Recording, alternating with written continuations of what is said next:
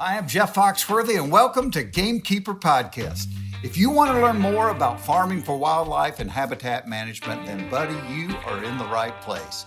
Join the Gamekeeper crew direct from Mossy Oak Land Enhancement Studio as they discuss the latest wildlife and habitat management practices, news, and, of course, hunting. There's no telling what you'll learn, but I'm going to tell you, I bet it's interesting. Enjoy.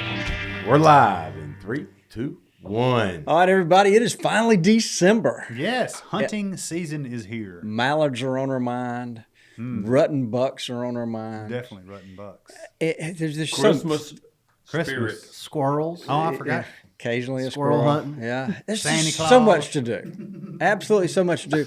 And today we're going to talk about something that for a long time I have longed to. Why can't we have a shotgun that's a little quieter than normal? I've always wondered that. Always been something I thought. Well, you were one of the first adapters of earplugs in the duck blind that I can remember. I've always Protecting his hearing. Yeah. We would always have to, For different reasons. talk a little louder. There they are. Where are So, yeah, I mean, you know me, I'm a camo guy from way back. No doubt obviously. about that, you But are. everything, if we do the camo patterns. But sound camo is a big deal too. Yeah. All Sound types of camo. hunting. Noise pollution. Somebody write that down. they? Well, and we talk about wildlife management all the time. It's food, water, cover, then what? Pressure. And sound is part of that pressure game Yeah. for sure. Big part of it. Big part of it. Yeah. So let me go ahead and get him introduced. We've Yeah. got Mr. Brandon Maddox. He is the main man at Silencer Central, which, guys, if you hadn't checked it out, you're doing yourself a disservice. It's incredible. No doubt. And we're talking about the shotgun silencer specifically today, I believe. But the service that he offers is the most convenient thing I've ever witnessed as far as if you're wanting a suppressor of any kind. It really, the customer service, the experience that the customer has, it was very easy. It's like Yeah, they out of made the it easy future for or you. something. Yeah, made it easy. Good job. And No, thanks. And Lanny, didn't they even caught your FBI caught your Yeah, fingerprints they and even sent figured back? out who I was. So Yeah. So they've got 22 suppressors, which I am a huge fan. Super Toxie impressed turned with me those. onto those. Oh, Lord. Yeah, but then the big game rifles, all calibers. Y'all even sell our friends at Nosler. You sell their suppressors. Yes, sir. Absolutely. You guys are amazing. it's a great business for sure. Toxie, and he's from Alabama, so it can't be all that bad. If he lives in South Dakota now. I don't know. Think you're from Alabama, so I mean, you're not batting 1,000 over there. Brandon, bad apple every now that's and when then. you got to come to my rescue over here now. I know. I need to. It's my home away from home. I cannot say a word. This is true. So, Brandon, you grew up in Alabama for a little while, went to school there, and then how in the world did you end up in South Dakota? My wife is from there. And there you go. That'll do it. Yeah. Yeah. I think you told this once before. Yeah. Yeah. We're both pharmacists. So we're at a pharmacy convention, keeping our hours up. And they said, you don't want to meet her. She's from South Dakota. And I didn't know at the time what that meant. It means you moved to South Dakota. If you married. And there you go. I always say I never hear a Southern accent in South Dakota except during pheasant season on the flights in. Oh, yeah. Oh, yeah. The flights leaving. That's the only time. That was just a couple weeks ago, too. Wasn't it? 2 or 3 weeks October, ago. yeah. It's a major migration north Yes. in the winter for people all across the South going to the Dakotas in general. Yeah. Didn't Mr. Bill? Oh, yeah. Mr. Bill goes every year. Gibson. So the silencer business has just seemingly exploded over the last few years. But recently there's some legislation, the tax stamp is going away. How is that going to impact things? I think that's a big deal. We're fortunate that Senator Thune is the majority leader from South Dakota. And the big, beautiful bill essentially eliminates the whole tax stamp come January 1. So it kind of sucked for the last, 6-7 months when I was signed in July. Everybody kind of knew it was coming. So no one's really been buying, waiting for this to happen. So I think it's going to be crazy. I think the government's projecting, 3 or 4x, so 3 or 400% increase in demand just because there's no tax stamp anymore. So that's $200. Yeah, that right you- off yeah. the top. Yeah. It's gone. Yeah. Wow. It cannot have helped your holiday season sales, though. No, I mean, we were running some promotions where we would pay the tax for them. And, I think it's been helpful. If not, I don't know if we would have stayed open. I mean, just talking to my assistant, I mean, you go 7 or 8 months without sales because everybody saw it coming. You go 7 or 8 months without sales. There's not many businesses that can survive. No. Plus, I mean, I'm Wow. I'm telling the bank I want to build inventory so I'm ready for January, and they're like, "Yeah, I bet you are." You know?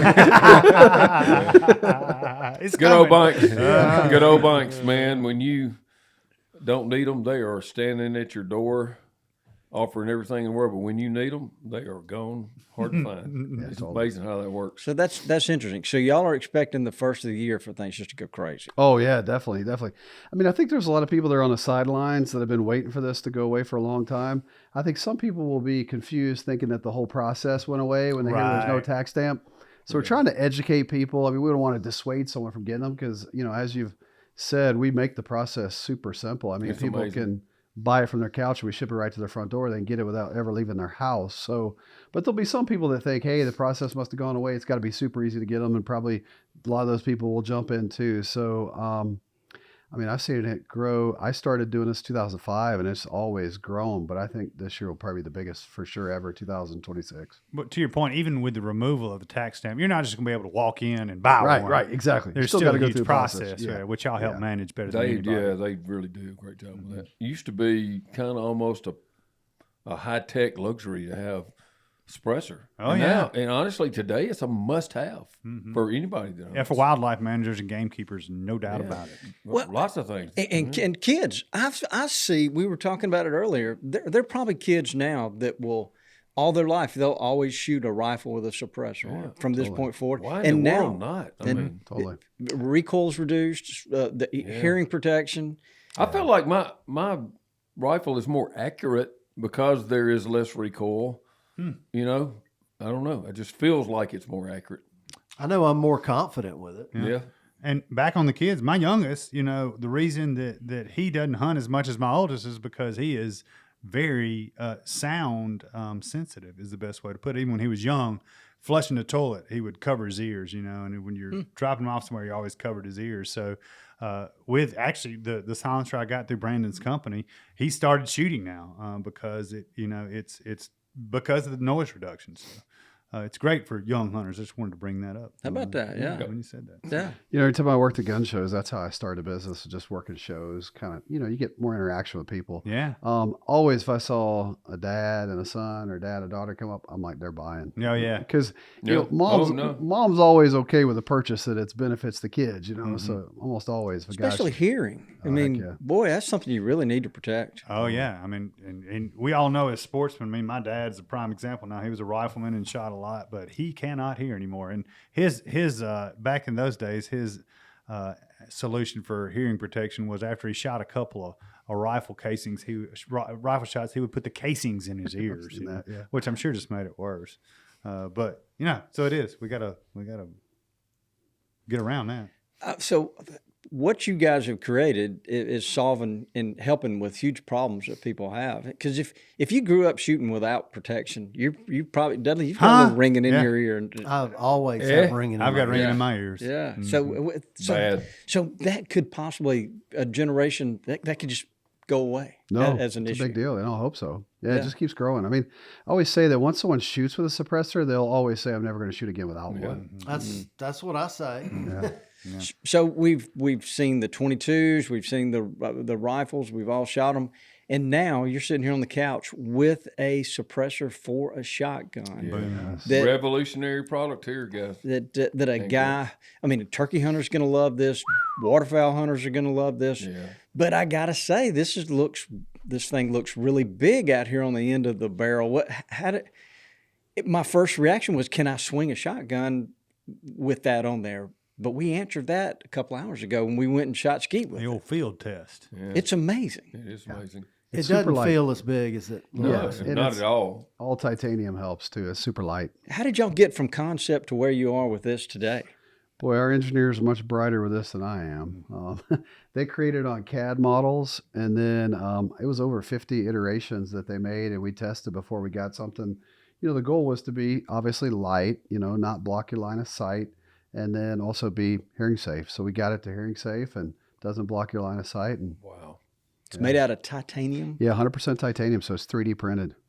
Wow. I don't even know what that means, but that's cool. When you take a gander on the inside of it, it looks completely different from any other suppressor I've seen. I mean, they kind of rewrote the book on that technology, and I would think that would make it a lot easier to keep clean as well. Yeah, absolutely. Yeah, and if you need to clean it, you could put some, CLR in, that calcium lime rust remover in there, and rinse it out and then wash it out with water. Well, talk to us about how that unit attaches to various shotguns. How have you made that easy for folks? Yeah, good question. So essentially, if you have a shotgun that's already comes threaded with a choke in there, you just take the choke out. Which they all are now. Yeah, pretty much everything is. And we could thread it if it's not. But as long as it's threaded, basically this choke adapter screws right in there. And then the silencer just screws right onto that. Super simple. It comes with that. So it's going to come with the adapter to mount it to your shotgun. And it also comes with 3 chokes that fit right in the front end. You could switch out to whatever you want. So, yeah. And yeah, so a lot of people have a different waterfowl gun than a turkey gun. Bobby, I know you do. Yeah. You know? So it seems like it's pretty applicable to any kind of shotgun. Yeah, and I was worried. I thought, how in the world am I going to be able to shoot this thing? But I never noticed it, Toxic. Yeah, It's like it's not really there. well. The design is just pretty brilliant, to be honest. So talk to us about, I know everybody's got a bunch of questions. I'm sorry jumping in here, but like on a scale of like 1 to 100, a shotgun without a suppressor, is there a number you can give and then a number suppressed to kind of put it in a it's ratio hard for us? because it's hard because, well, think of it in decibels. So a decibel, it's going to be like 160, 65 without the suppressor. Takes it down to 139, so it's hearing safe. You want to be at 140 or less, so you don't have to wear earplugs, which is nice. Yeah. So I never knew that was the threshold. I don't think their goal, if they were going to make it like movie quiet, it just wouldn't be realistic. And so they get it down to that hearing safe level, but it's also more maneuverable. It's a lot lighter. Yes. And we were shooting it over the water, which seems to amplify the sound some, and none of us got ringing. It was comfortable. Like Bobby said, you really couldn't tell it was there. But we were able to talk and have a conversation and not have to constantly cover our ears. It helps with a report, but it didn't kick nearly as bad either. Right. Are there choke limitations, or is there? I'm trying to find something negative here, Brandon. It comes with 3 chokes, and then they got 3 other ones we offer if you need it. I guess one limitation is there's probably 12 different shotgun models that we fit the threads, but there's some out there that we don't, we just don't have yet. Maybe some of the less popular ones. Yeah. I'm trying to think of any negatives. I mean, nothing but great feedback too from like waterfowl hunters. They're always worried about scaring off, or some guys are worried about their dogs hearing, or there's so many things that benefits for waterfowl too. A great point about the dogs. Think about Timbo. Timbo. The humans too. Yeah. Because most waterfowl, thoroughbred waterfowl dogs in their older years, They're dead. Yeah, they deaf. are absolutely deaf. Yep. Yeah, and there's nothing when you're in a duck blind, like especially a pit, and there's ringer. It is so loud. So does it I would assume that like duck and turkey loads are louder than a dove load. Would I be crazy in assuming that? That's a good question. I don't know. I'd have to ask my engineers on like the actual. But the good thing is it's going to make either one of them hearing safe. Yeah. I know there's a significant difference in high brass versus low brass as far as report, the way it sounds in the field. So I would think it would, but like I said, it gets it all under hearing safe. You can levels. tell when you get occasionally, it's not much. You get someone shooting those Roman candle. Yeah. 3.5 inch. It sounds like a cannon. 3.5 because they don't make 4. That's right. That's good. But with these, heavier than lead, where these new metals are more dense than lead, it'll be interesting to see if somebody comes out with like a production subsonic load. Because Because I know Federal was looking at that. yeah, That's a good shotgun loads are really close to the sound barrier as 1,200. is. Isn't it around 1,200? Yeah, like some of those steel used to advertise 1,400 feet a second. Right. But I think most of them are in that 1,200 range anyway. I think I've got some. remember right, the boxes say 1100. And That's so really it's, close. You know, you could just back that down a little bit Not much and at get all. it even quieter if you really wanted to. What was y'all's motivation here? You guys are all hunters. Y'all hearing what people are saying? You saw this as helping solve problems? Yeah, no, good question. I think a lot of people, people always say, can you suppress anything? And we say, well, not a revolver. And they say, even a shotgun? So it's sort of a question mark. I could tell my engineers were challenged by it. Just like, hey, how can we, because there was already patents on some that were out there. So obviously we didn't want to infringe upon that. But how do we sort of have a clean slate and try to find a way to make it quiet? But I think that, being in South Dakota, a lot of people pheasant hunt. So there's a lot of, hunters that would benefit from being able to use something that, be hearing safe, quiet, just kind of came to fruition based on that. A lot of the shotgun manufacturers too were asking us about it because we thought we thought maybe it would be like an integrally suppressed barrel, that maybe you'd put a bigger barrel on here. But we looked at that and this just made more sense really, just because you can 3D print it. It's titanium, it's really light.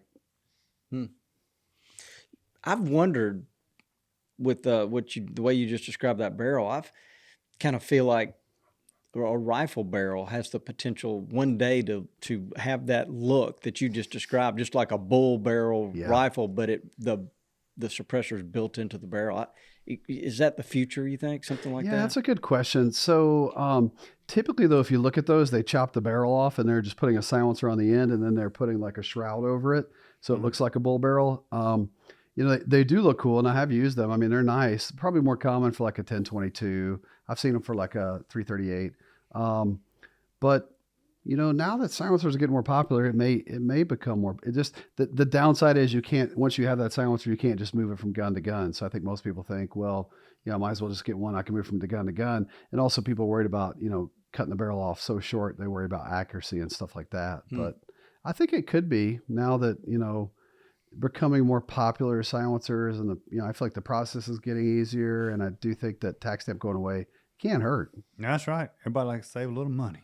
Yeah, I know a lot of I think the pellet guns are integrally suppressed, Yes. but of course, you're not going from gun to gun either. Yeah, right. Oh, that's true. So are we behind the Europeans on I was this? going to ask that. Yeah, I mean, it's the flip of what we have. So it's impossible to get firearms there, but it's easy to get the silencers. You can just buy them in a hardware store. Wow. And then of course here it's a little bit harder to get a suppressor, whereas the firearms are a little bit easier. Everywhere, Yeah. One thing I've noticed between the two is over in Europe, you more often than not don't see near the quality that we have over here. I would agree. They see it as disposable. They just throw them away. Oh, really? Because the process is easy. Yeah, They're usually aluminum. They're usually a lot bigger. They're, especially in Africa, like if you go hunting there, they're usually, it looks like a, Coke can or whatever, and they're longer.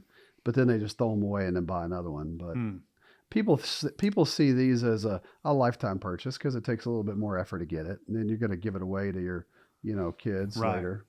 And you do typically want to use them on multiple rifles if you've got that opportunity. Or have one for each. Yeah, I mean, I'm especially with saving this $200, I'm definitely going to be ordering more. Lane, have you ever tried to make one out of an oil filter or a Coca-Cola bottle? I know you've been talking about this all morning. I hope you haven't, since it's illegal. This was a long time ago. A long time ago. But yes. So, Did but it work? wasn't how A to- mag light. No, actually, the guy that showed me how to do it was, believe it or not, it was only for 22 shorts, but we would build them, believe it or not, out of PVC. Oh, wow. And so, but they weren't near as cool as these. His name is Lanny Wallace. What's the last four of your? That's funny. I can't believe you told that. So, Well, I mean, no, it's what it is. Yeah, it is what it Teed is. you up. Mark that time code, Richie. Yeah. No, I think there's a lot of people that have tried with lawnmower mufflers and all sorts of things. Yeah, we saw trying you used to see the oil can adapter thing that went on, but I think you had to shoot through it first, and then it's this big old thing at the end of your barrel. The most ingenious thing I think we're all talking about is the way that your field of view is not obstructed by it whatsoever. Very important to have your head down wing shooting and be on the right plane with what you're shooting at. And it does a fantastic job. It of really that. does. Yeah, and it's super light. What is something like that? What's the retail range on that? $11.99. $11.99. So cheap. That's cheaper than some of your nicer deer rifles, shotguns these yeah. days. Plus, it's titanium. Yeah. It's gonna last forever. Yes. Yeah.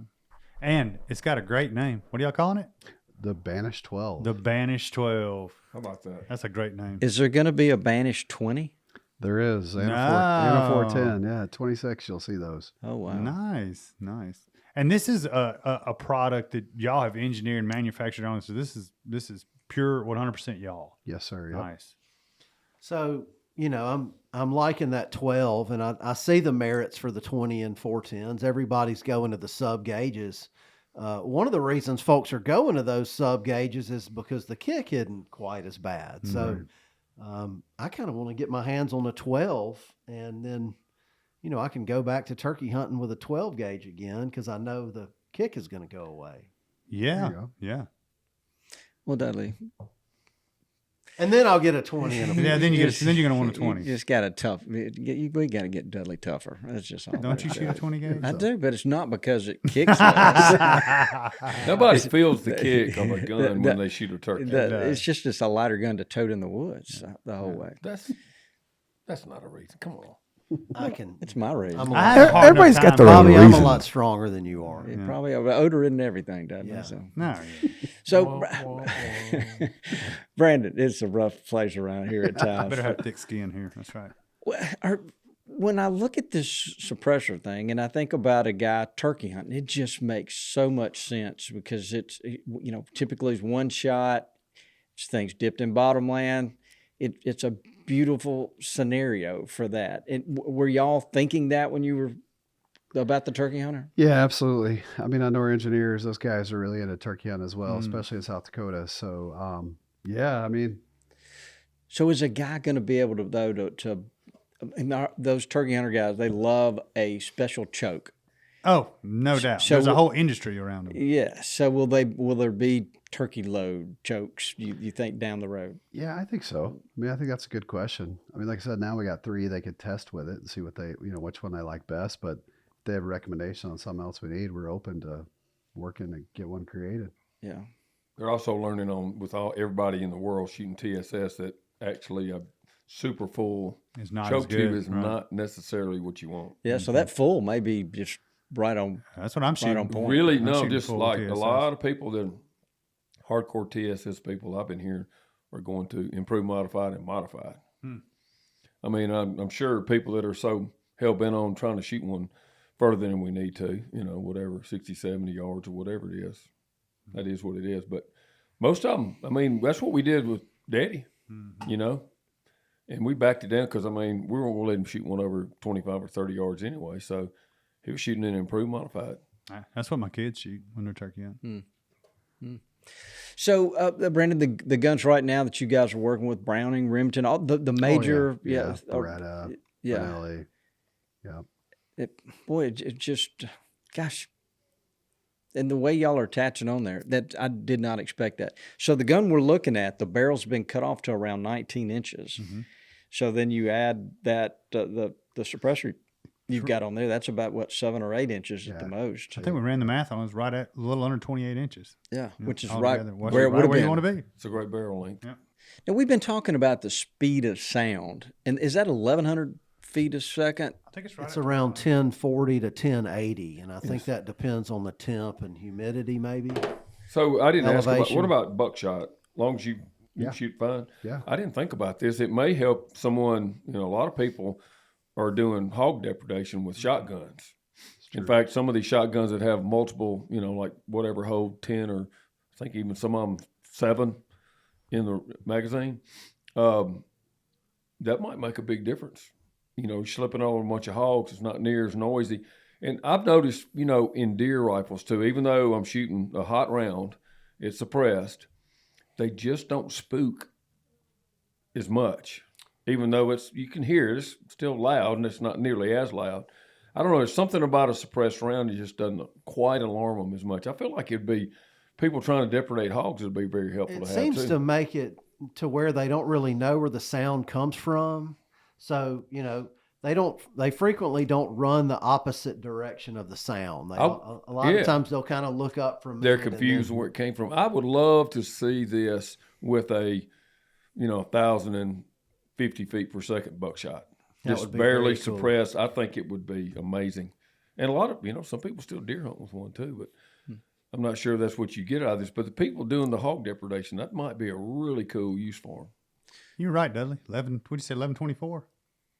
I thought it was 1040 to 1080, Okay. Yeah. depending upon certain conditions. This is saying 1,125 feet per second. That might be like in a vacuum or something. So, Brandon, obviously you've got lots of experiences around suppressors. What are you hearing the same thing, that it's not spooking game like before? Yeah, 100%. Because like when I first started selling these, the main clients really were coyote hunters in the Dakotas. Yeah. And they would always say that a lot of times the coyote would run towards them if they missed because they hear the bullet drop behind them. But they don't hear that large percussion when it goes off, so they can't tell where it came from. So you're right; they're kind of distracted, kind of looking around. That makes sense. That's a good way to explain it. Mm-hmm. So, backing back up, we're talking about whatever it is, around 1,100 feet per second.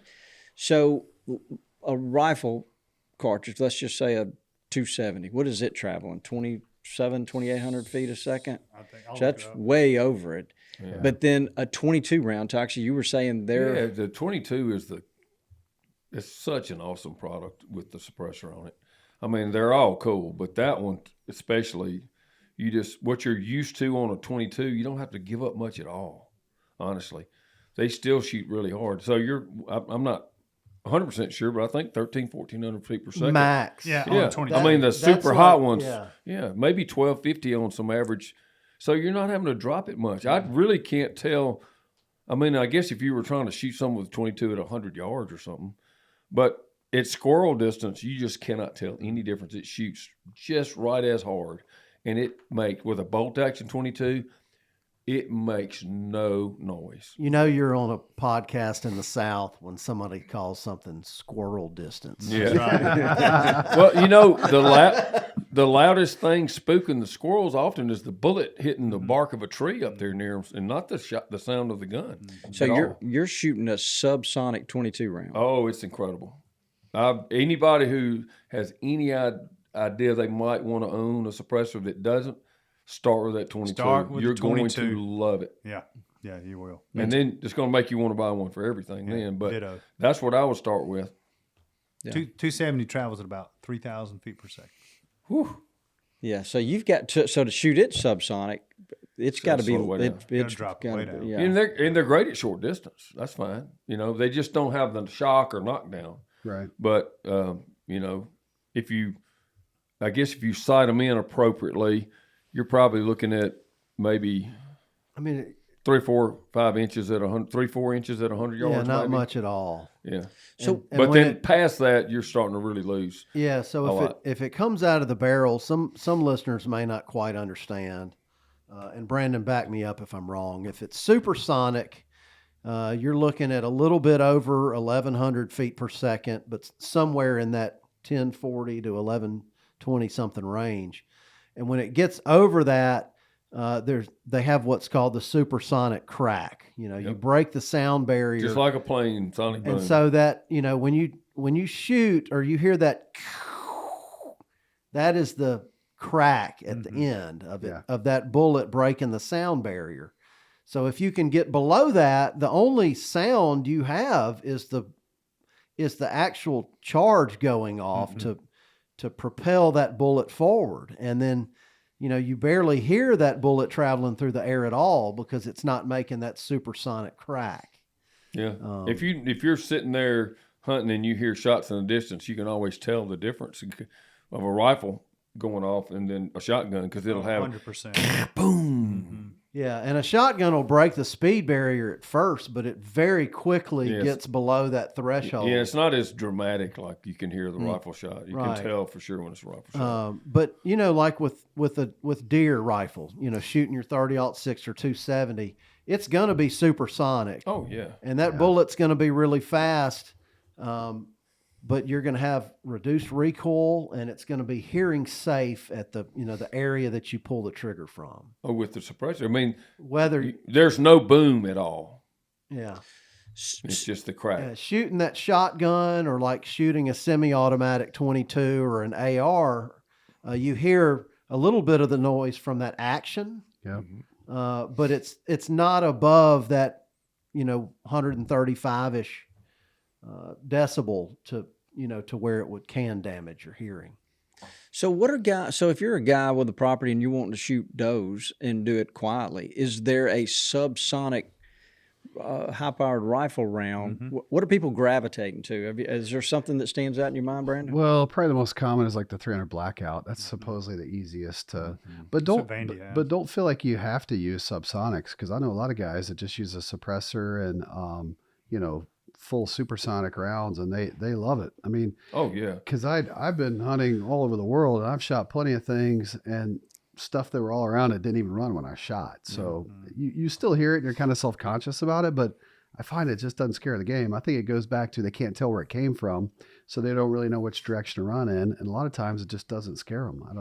I'll say I've got a 308, and it's a good subsonic round. Yeah, it really is. Yeah, but it's drastically slower, compared to us talking about the 22. Just earlier. How much it drops. Yeah, I shoot a 300 blackout. I love taking deer with it, but I choose the supersonic rounds. I really like that copper bullet that a lot of folks shoot. So a suppressed round, not a suppressed round, a subsonic round versus a supersonic round, you're just going to lose your distance. A lot of it. Yep. It's like throwing a football, but you typically use a heavier bullet to get penetration. Right. And they've also designed bullets that will expand better. Some of these coppers, they will, flare open at a lot slower speed. And then they're also using pure lead bullets that don't have any like tin or antimony in them to make them harder. So they're more malleable. So they expand more. Yeah.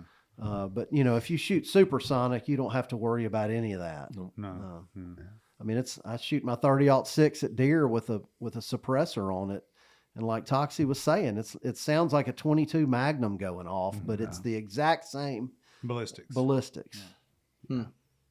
Wow. Once I ever started, I don't know that I've when you got that 308, it was like whoa. Yeah, I've not been without the suppressor deer hunting. Brandon, is there anything, any stories you can tell us? Is there anything that has surprised you about the suppressor business, or people hunting with suppressors that just kind of shocked you, blew your mind? It's a good question. I feel like that when I started the business in South Dakota, a lot of coyote hunters, which made sense for varmint hunting. And then when I finally got licensed in Alabama, I went down to some of the Buckmaster, shows, just talked to customers there. Because I used to hear up in the Dakotas, they're like, well, I'm only shooting my deer rifle maybe 2 shots a year, 2 decided in, or, what. They said the round count's so low, they couldn't justify a suppressor. But what I found is even down south, like you guys are saying, once people shoot them, even if it is only a few rounds a year, they'll never shoot again without it. That's right. Because I think all the benefits people forget. I mean, we've talked about, recoil reduction. We've talked about typically it increases your accuracy, have a little bit of extra weight on the end of the barrel, almost like a bull barrel. You're going to get a more, consistent group. The other benefits is if you miss, you typically get another shot. And also if you have other people hunting in the area, or if you want to hunt in the area later, you're going to have less disturbance in that area. That's a big one. Yep. There's a lot of benefits there. We talked about calibering down. I mean, if you went down to a lower caliber because you didn't want as much recoil, now you can caliber back up because you're using suppressor that's going to help with the recoil reduction. But I'd say the number one thing is, the other day I was hunting deer, whitetail in Nebraska, and I was using someone else's gun. I didn't know what the drops were or whatever. So it was too long of a shot. I should have been shooting. I missed it, but it didn't scare it at all. It was just, we just kept standing there, able to get another shot, and then, able to drop it. So, wow. So we've all watched James Bond movies, and you hear the suppressed guns that they're using. That's not how these things are. No. I mean, and if anything, that's probably given us the hard part with the government to even further deregulate them because people are worried about them being silent. But no, they're still, you still hear it go off. That's why I say that, to your question of the biggest surprise is, I can just remember so many times hunting where you shoot and you're like, wow, you could hear that. I mean, it felt pretty loud, but the animals just didn't run. It's surprising. You wouldn't think that would be the case. You'd think if you're hearing it, they'd hear it and they would take off, but they just don't. Well, without the boom, I'm sure it's dramatically different. Yeah. And the direction, like you said, we don't know where it comes from. So right. they don't know which way to run. Yeah, totally. Maybe they run towards you, Bobby. It may give you a better chance. It might. Lanny, I know she looked at me when he said you could caliber up. I had a comment for you. Yeah, 100% I felt that gauge. We might need to bump you on up to a 30 caliber big boy rifle, Bobby. Yeah. And I can't quit looking at that pretty shotgun over there in that can, but I just can't help but think that there's 6-7 folks in a duck blind. That's got to be one of the best applications for it. 100%, I would think so. And it's never fun to have that. Remember the old Cuts compensators on the yeah. shotgun? Oh, I shot one forever. It's really downright rude to have somebody in the blind with a ported shotgun barrel. That's a wonder I don't have. Or a ported rifle. Or a ported rifle. A lot of Mr. Fox's friends lost most of their hearing because they had shot Cuts compensators. Oh, wow. In their younger days. It's definitely it would destroy your hearing. Or even at the range, it's borderline rude to be doing that around other people. It is. And with stuff like this, it can be a thing of the past. I think we're going to talk more about etiquette, aren't we, coming up? Yeah, Bobby? we've got a podcast planned on etiquette. Podcast We've got some scenarios. How could you in good faith talk about that, Bobby? Well, I'm going to be. He's quite to do, Yeah, so we'll talk through some scenarios and get everybody's opinion. You park your etiquette at the door when you take Lanny hunting with you. I was going to bring that up, Bobby. Well, we'll talk about it, but not today. Is everybody always picking on that? Yeah, that's right. Hey, I've got one to explain to people. I think I understand it, but I want to be sure if you're versed on. If I understand right, I buy a suppressor. I can't just leave it in my will to my kids. It's got to be through a gun trust. Is that right? Yes, sir. Yep. Explain that to people. Okay, good question. So a lot of people ask, is it better to buy as an individual in your name, or is it better to buy through a trust? And of course, at Silencer Central, we would recommend a trust because we offer it free. The benefit of the trust is the silencer transfers from us, the dealer, to this trust, and then anyone on that trust can then use it. And you can make changes to that. So instead of going and being transferred ownership to an individual, then that's kind of finite. Only that individual can use it, or it has to be there when it's being used. But if you transfer it to a trust, you could just keep adding or removing people ever how you want on your trust, and then you can pick who gets it when you pass away. Mm-hmm. So, one perceived downside in the past was sometimes it takes the government a couple extra days to approve it if it's a trust, but right now we're finding that when someone buys a silencer, they're typically approved, say, in 4 days. And if they buy as through a trust, it's 5 days. So, it's a day or two difference. So if you already own one, you could still file a gun trust for free, basically. You can go online and do it too, I think, and not even have to get a lawyer or anything. But I would if y'all do it, but you could put an existing one in there too, right? Yeah, exactly. So this brings up a good question, because before, like, let's say I bought as an individual, mm-hmm. and then I want to transfer it to a trust. The feds charge $200, but now that goes away January 1st. So what we're going to do, sort of as a business plan, is that if every one of y'all call up and say, hey, I got a bunch of silencers in my own name, we say, hey, if you buy a silencer from us, we'll give you a free trust. And at the same time, at no cost to you, we'll transfer all those other silencers into the trust that we just created for it. Just the serial number, make and model, stuff like that. Typically, we want a picture of the front page of that Form 4, that, your approval that had the stamp on it. Mm-hmm. We just need that, because then it'll tell us make, model, serial, and we'll make sure we got it exact, and then who the original owner, the name, and all that stuff, ever how it was set up. And then we just ask the Fed. The only downside is we have to send it to the Feds via paper. Everything else we do is digital, so it takes a little while, but it doesn't matter. It's still in your possession. So when I first did it, I had to hire an attorney. Oh, yeah. And it was like $500. Oh, yeah. And you pay the stamp, and it was $200, and then you get... It's expensive, yeah. Then you get the silencer, and everybody called it jail. It would, it would go to jail. Yeah. Mine was over a year. Yeah. My first one was 2 years. 2 years. Yep.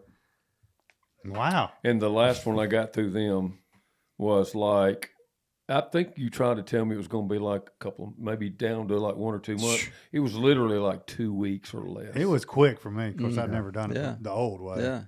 I did it the And you Silencer never know simple whose way. desk it got on. Like That's like right. Toxie said, his took 2 years. Everybody was on looking at average, his it's like stuff. Yeah. 10 to 12. So before they 10 used to to do 12 it, months. they used to do it paper, Yeah. and they weren't very efficient. But now once they went to digital and got more efficient, they're able to churn them through. Because see, our concern is, so let's say January, it just blows up, the market goes crazy. Yeah. We don't want it to go back to a year wait, and then everybody Right. backs off buying them. So we've been putting a lot of pressure through the trade groups. I'm on the National Shooting Sports Foundation board. Just how do we make sure that it's always hard to go to Republicans and say you want more money for ATF because they think see it as a negative. But we want to make sure they have enough money so they can approve these. Yeah.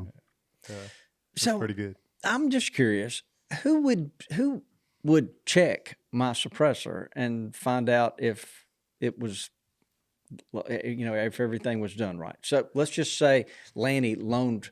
Well, his- we got both the same. We both do have the same suppressor. We do. We What have happens knowledge. if I accidentally took yours and you took mine? Yeah. So who is going to check that and potentially call us out?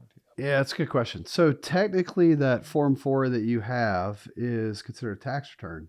So technically only an ATF agent, not like an industry person, but an agent like on the criminal side or a treasury agent can technically ask for it. And they say if someone asks you for proof of ownership, you have a reasonable period of time to present it. So a lot of times people think you got to carry all that paperwork with you. You don't have to. I was told at first that Yeah, one so carry it long with ago that I had to have it with me at all times. So I kept a copy with me. Some people will keep it on their phone, and some people will put it on a copier and make it a lot smaller. Yeah. That's what I did. And then I clear, what do you call it? When But I mean, even a game warden is not really Not supposed to ask for supposed it. to ask. No. So to answer your question, if it was used in a crime, then they're going to start doing a little bit more investigation. If you get pulled over and something else is going on, I mean, the scenario plays out. But Sure. I have found, of course, I feel like this is a super red state, just like South Dakota where I'm at. A lot of times, like I've had them stolen and I can't even convince the law enforcement to press charges. Wow. They don't see it as big of a, Well, it's not considered a public safety issue. And I think there's some mandatory federal sentences if you get, convicted with one. So a lot of judges are like, I hate to throw this guy in jail for all, so many years, for stealing this first offense or whatever, Yeah, and he didn't even know what it was. Yeah, exactly. Yeah, I thought totally. it was a window weight. Yeah. So I find them to be kind of lax, but of course, we're dealing with red states where they're a little bit more reasonable. Yeah. So going back to Europe, you say you can walk into a hardware store. Do you sell y'all's products in Europe? We don't right now. I think it's going to change, but right now it's really difficult for us to export them. It's part of, I don't know if you guys ever had to deal with ITAR, where, basically it's silencers are on the list of like ITAR protected, which means our government wants to make sure that we aren't giving our competitors technology, information they could use against us. So you see like Yep. thermal scopes are that way. And so there's a lot of, so the goal is to get it off the list. I mean, my trade group's saying that they're working to get that off and they probably will. And then it would be easier to export. And then I would say, yes. I mean, I always tell my team, my goal, because I was talking earlier about the silencers in Africa. When I go to South Africa, I mean, literally the size of a Coke can and, long as a like a foot ruler, they're just too big. So like our backcountry silencer, 5 inches long and super lightweight. I think they would do really well over there. Oh, no doubt. Because then anyone that can afford to go over to South Africa and shoot game there could probably afford a silencer when they get back. So the hope is they could get used to using them there. So I'd like to export them there. But currently, no, just because the rules are so hard. I mean, the hard part is all the regulations in America to make them, it'd be cheaper to make them overseas and sell them overseas. So, but if they could drop the regulations and make it easier to export them, I definitely think it'd be, because a lot of these countries like American arms, they want to deal in something that was made in America and it's higher. because we're quality. the best. Absolutely. Yar. So can you travel with a suppressor?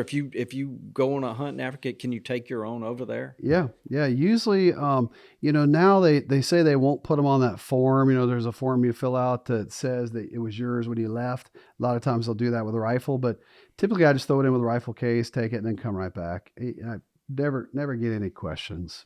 Just no. Over there they don't care about it. It's not regulated there, and over here you just have to prove to the when you come back that it was yours. And a lot of times they don't ask for any proof that you left with it because it's it was made in America. So it's not like you bought it over there and brought it back.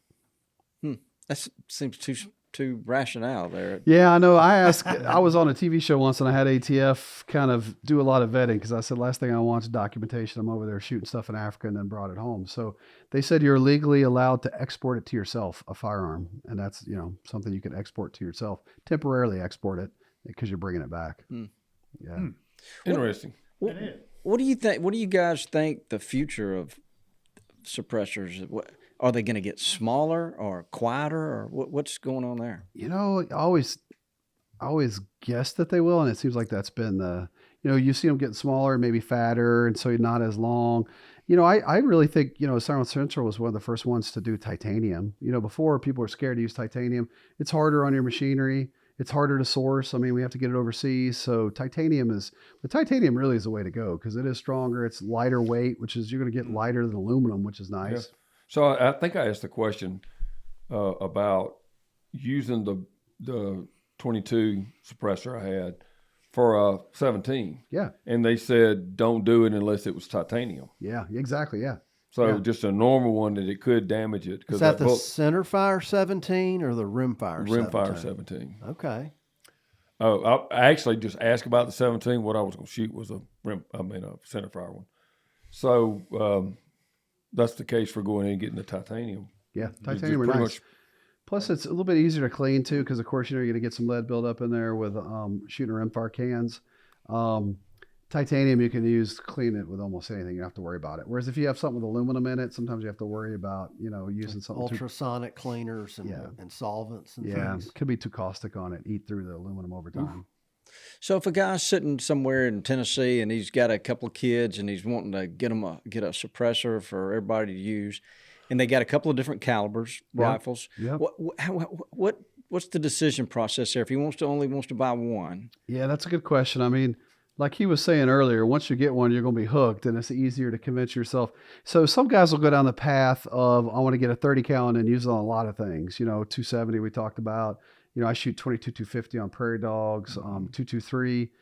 I would say the best advice I've given is whatever caliber you shoot the most, get a suppressor specific to that, because you're going to love it more than you thought you would. And then it's easier to justify getting more.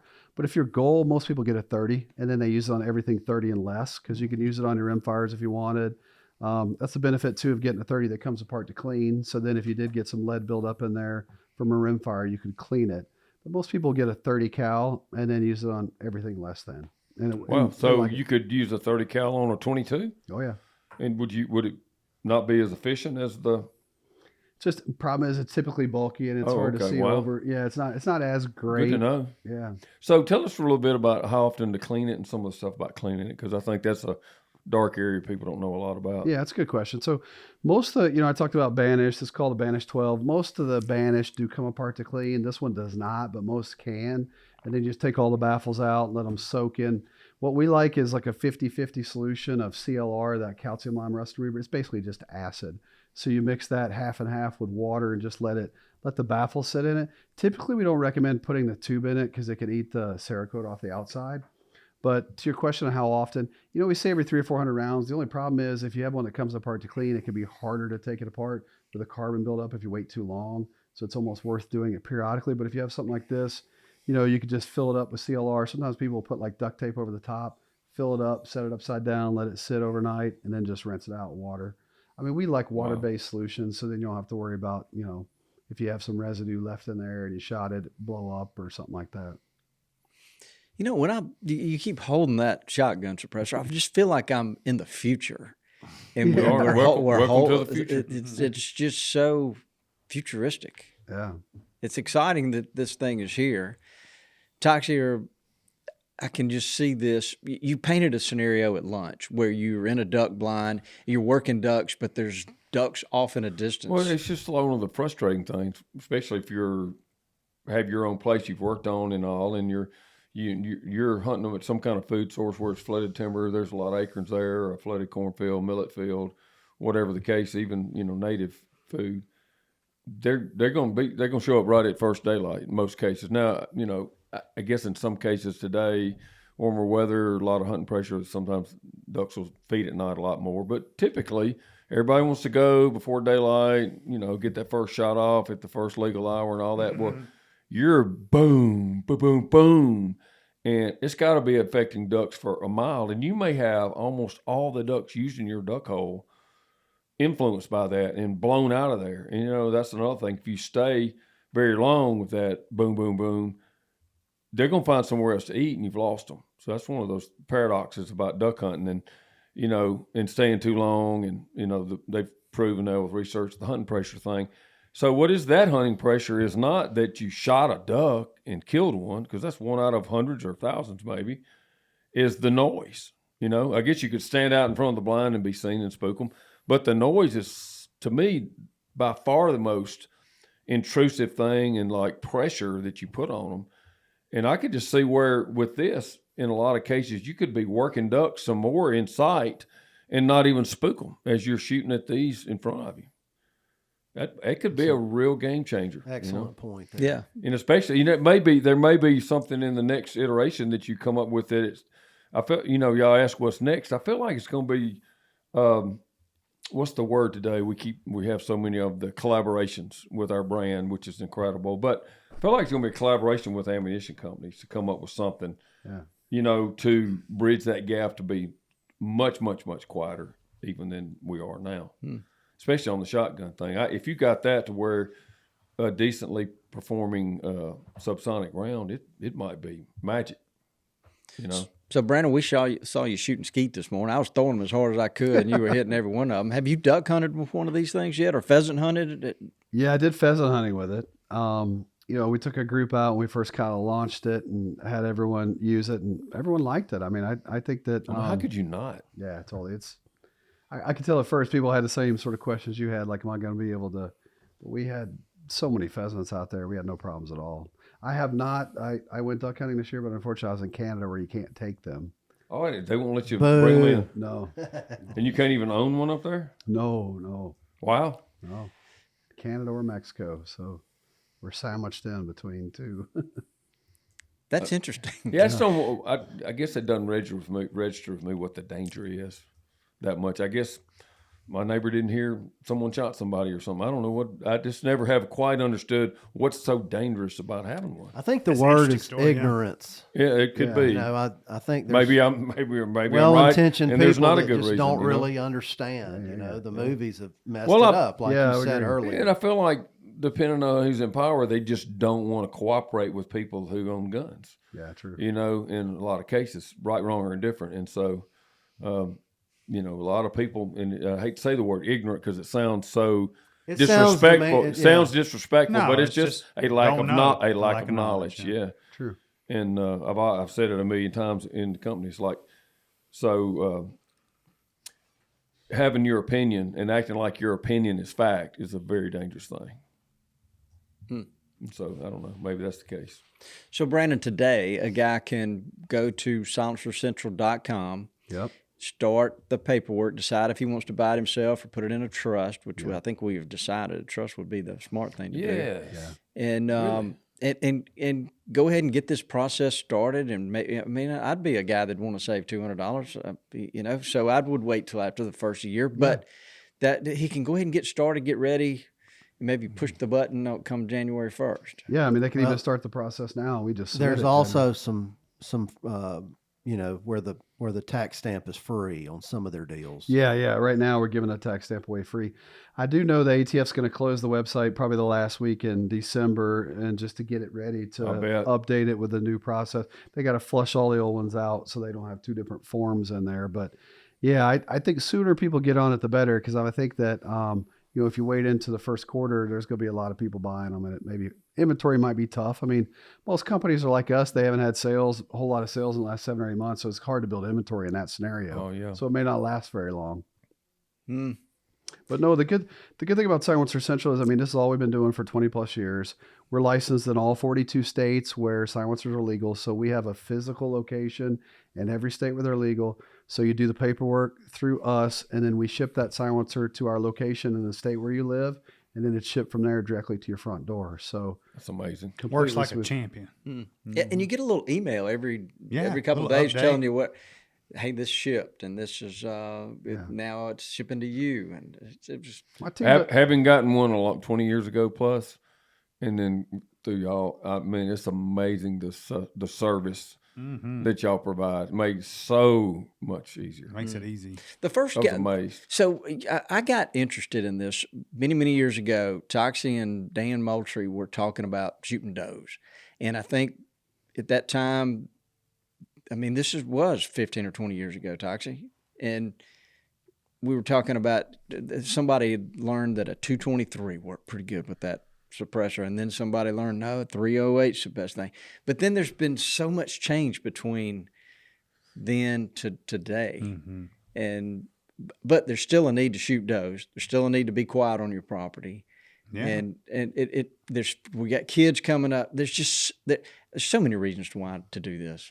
I mean, for hunters, no doubt about it, and game managers, just makes all the sense in the world. Yeah. Well, so when you think about the kids, I mean, Mac's in there with Wilkes, who just shot his first deer. Yeah, blood on the biologic. Go Wilkes. Wilkes will probably Hit the shoot a rifle with a suppressor for the rest of his life. Yep. He'll probably never know not having a suppressor. My youngest will, for sure. Vandy, my granddaughter Evie, Yeah, she's she's killed on- 3 bucks in her life now. Yeah. And they've all been, All she been doesn't know suppressed. anything. They've all been with suppressor. 300 blackout, too, I think, aren't His they? ass. Yep. And it does, I mean, she doesn't even know she pulled the trigger. Yeah. And guys, we shot skeet with this shotgun and the suppressor, and with no hearing protection. No. Wow. And I at first I put them in because I said I'm not going to be That guy. Yeah.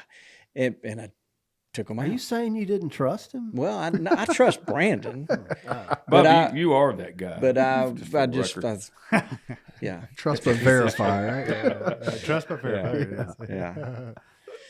So it's an amazing piece of equipment. You guys have you're going to change the way a lot of people hunt. Yeah, you can tell a lot of thought, a lot of time, 55 iterations of it, to get where it is. So kudos. Super good job on that one. No, thanks. We're excited. Well, all of us know somebody that's can't hear quite as good as they used to. Like me. Because of All of us. yeah. And we for the most Mine is just more selective hearing. and for the most part, Can you hear your wife? when you're in a duck blind, if you've hearing those quacks, hearing the wind in their wings, I don't want to lose that. No, You and know? you did.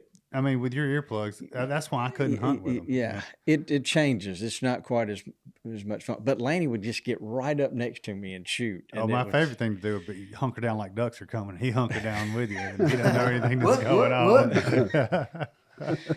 But some of those, there's some really good hearing protection. The tetras and the others yeah. that allow you to hear and then shoot. I would think if there's a way to use everything in conjunction with each other, that's probably the best of all scenarios. Sure. Well, you got to take care of yourself when you're hearing for sure. But it seems like this is a better treat because it's at the source. You know what I mean? Yeah. Works for everybody. Not everybody has to have a pair. It took a long time to get to this point. Yeah, true. How long how long have they been using them? Yeah, they've been used a long time. I feel like because they don't have as many farms to put them on, people aren't hunting as much. There's hard places to find a shoot. Access is tough over there too. Wow. All right, Lanny, what else you got? Anything?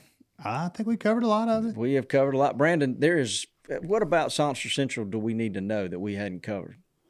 You going to give your phone number out or anything? Yeah, I mean, I'd say just go to our website, silencecentral.com. I'd say one thing I didn't really mention that's, part of pride for us is we give back a lot to conservation. So Hey, sure hit do. the horns on that, Richard. Sir, they sure do. So I can attest to that. I won a 22 silencer.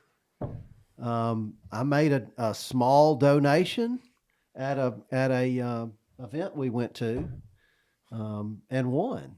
You made a bigger donation than I did, and you won. Well, of course. But, Several of us were at an NWTF event, and you guys had given them silencers to give away. Yeah, absolutely. I thought that was the coolest. roughly how many do you guys give away every year? So I think this year it's going to be $7 million worth. Oh, That's a wow. lot. That's incredible. Protecting hunters' ears across the country. Yeah, and protecting wildlife too. Yeah. So they brought an envelope around Taxi, and it was called hush money. And then if you had I a see where chance you're to going win a suppressor with I the bet you hush were money. impressed with that, Bobby. It did. It made me think. So I guess the feedback is if there's people out there that have conservation groups, nonprofits that are trying to raise money and they want a free silencer from us, just call us. We'd be happy to donate that and help their organization out. We let you have 100% of the proceeds, so we don't keep anything that's... Who could turn that down? That's Yeah. very generous. Real. Yeah, so, I mean, it's just good to know when you get something, that it's a great product and it's a great value at a price, based on what your needs what are. you But want. knowing that you're helping support a great company of good people and their cause, Yeah, that's huge. it's important, I think, for people to be, if you have a choice, buy from people that are going to look after your best interest, but also that give back to what we love. That's just a big deal. Yeah, that speaks very highly of you guys. Yeah. Yeah. All right. Well, look, we didn't touch on it to begin with. Blood on the biologic, Lanny. There's been quite a few.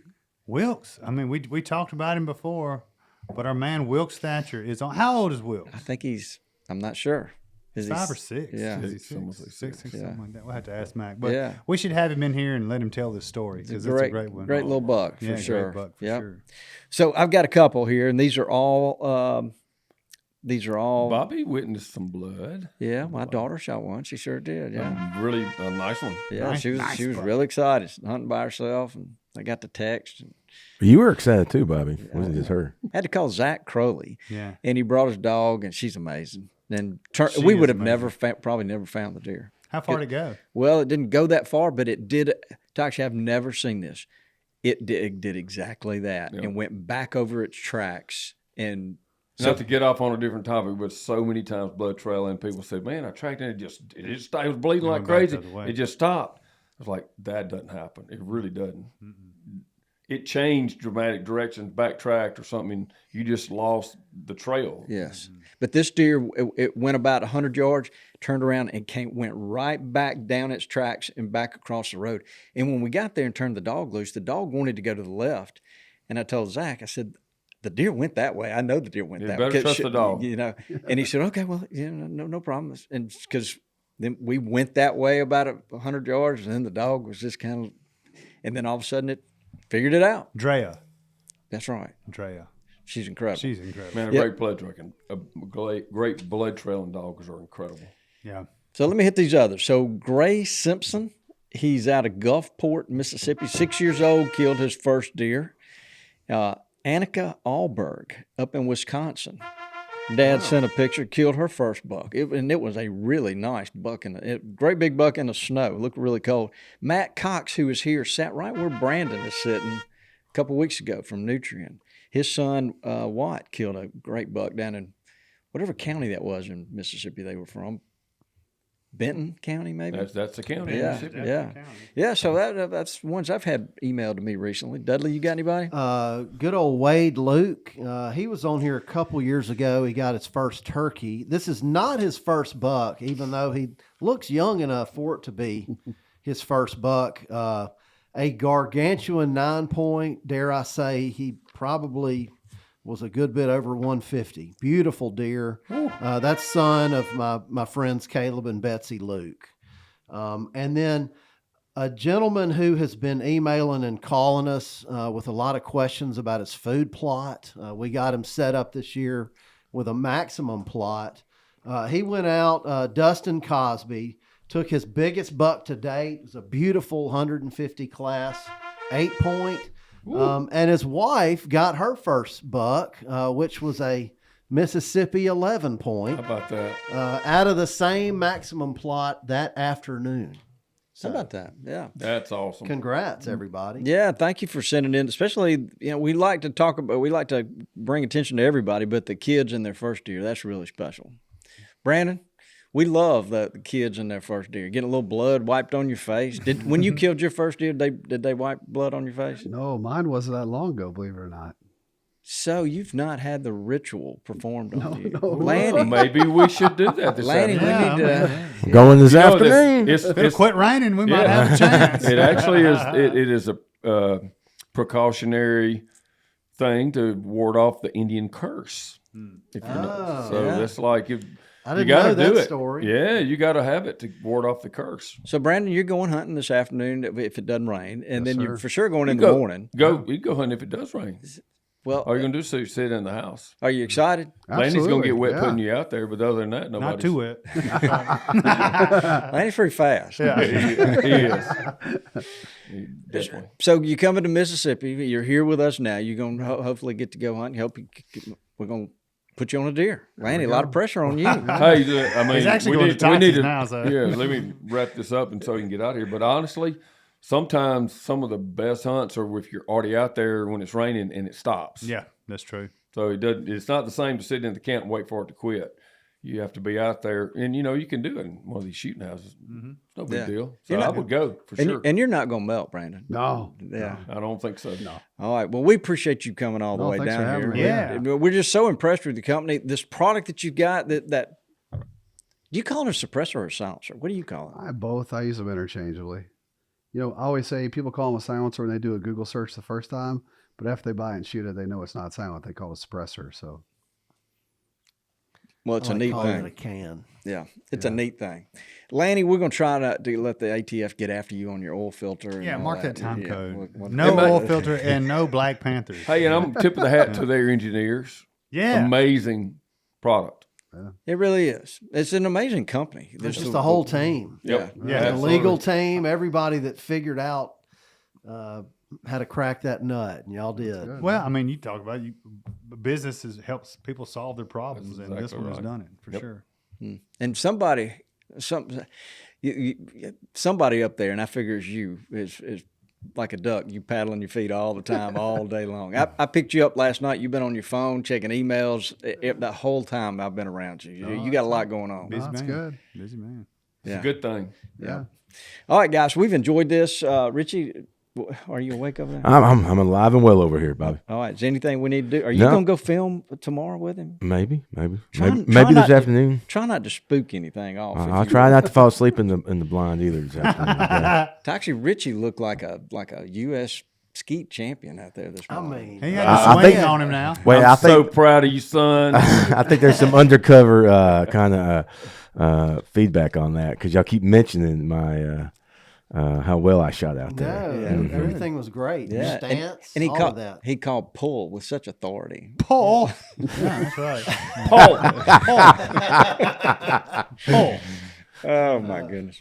Why don't you say goodbye, Dudley? Goodbye, Dudley. Get us out of here, Richie. Thanks for tuning in to this week's episode of the Gamekeeper Podcast, and be sure to tune in again. Subscribe to Gamekeeper Farming for Wildlife magazine, and don't miss the Mossy Oak Properties Fistful of Dirt podcast with my good buddy, Ronnie Cuz Strickland.